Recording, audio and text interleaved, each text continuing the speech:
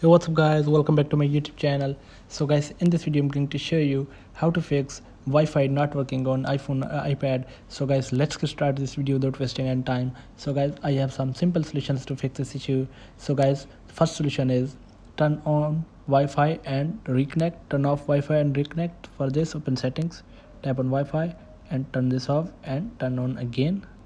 So after doing this, go back. So the next solution is enable and disable airplane mode. So for this, open control center and tap on the plane here and turn this off again. So go back. So after this, so guys, the next solution is restart your iPhone. So for the restart, tap on power button and volume up at the same time. So drag the slider to the right.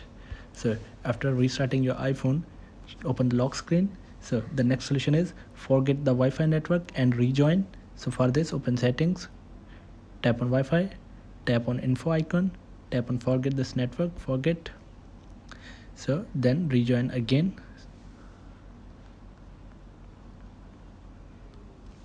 So guys, after rejoining again, so the next solution is turn off VPN. So guys, if you have connected any VPN, so turn this off. So like I have connected this VPN, so turn this off VPN.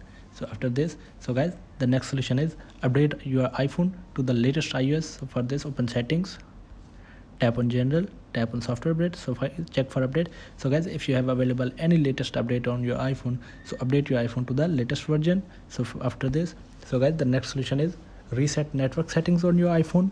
So for this, open settings, tap on general, scroll down, tap on transfer or reset iPhone, tap on reset and tap on reset network settings. So guys, this will delete all network settings, returning them to factory defaults. So tap on reset. So guys, here are some simple solutions to fix your iPhone Wi-Fi issue. So guys, thanks for watching this video. Please like, share and subscribe. Thank you guys. See you in the next video.